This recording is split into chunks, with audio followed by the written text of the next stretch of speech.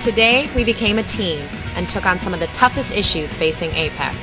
What do you see happening in your own country? Climate change, water, food, protection and rights. Climate change. What changes are you seeing?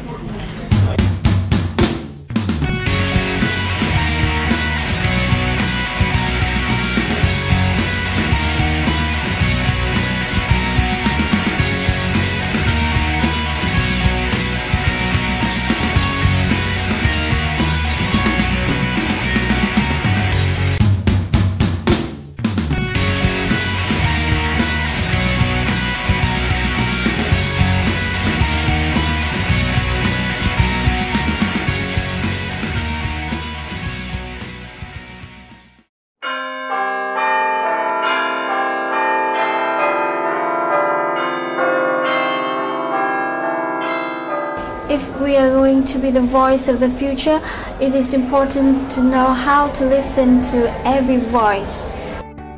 Network, Australian Fair Trade and Investment Network, is based around the idea that people in their community organisations should be able to express a view and engage with government about issues like trade. In our place, I've heard a lot of information, news about positive things about APEC. I think it's better to come in here to get a balanced ideas, to hear someone else who has some negative or some other suggestions. Yes, what's your definition about the labor rights and the human rights? Because we are coming from the multicultural, different countries. So different country has different definition and their opinion about the labor rights or human rights. It's worth going back to the Millennium Development Goals. And wouldn't it be good if when Australia and China or the Philippines and Malaysia did a trade deal, they actually asked themselves, how will this trade deal help us halve the number of people living in poverty by 2015? How will it help?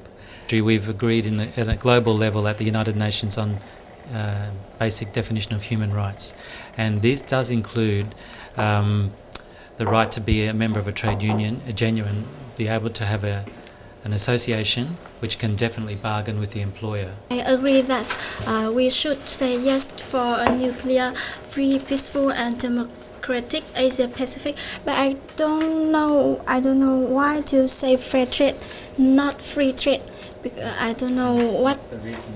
Yeah, I don't know what do you want to say. Yeah, because I think both of them are good and necessary. So can you explain this? I think it's important to say that we're not against trade, but we want fair trade rather than free trade.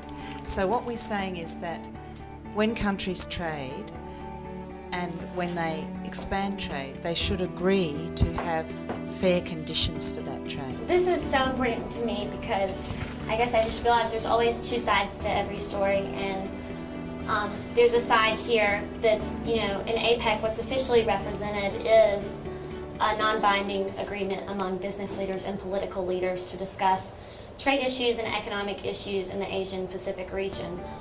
But to me, this is important because it represents the people of those regions and maybe some of the issues that are affecting them that aren't being addressed, like labor issues and really a lot of environment issues that still aren't being addressed. So it's been great to hear this side of the story and to really hear a lot of the arguments that make a lot of sense.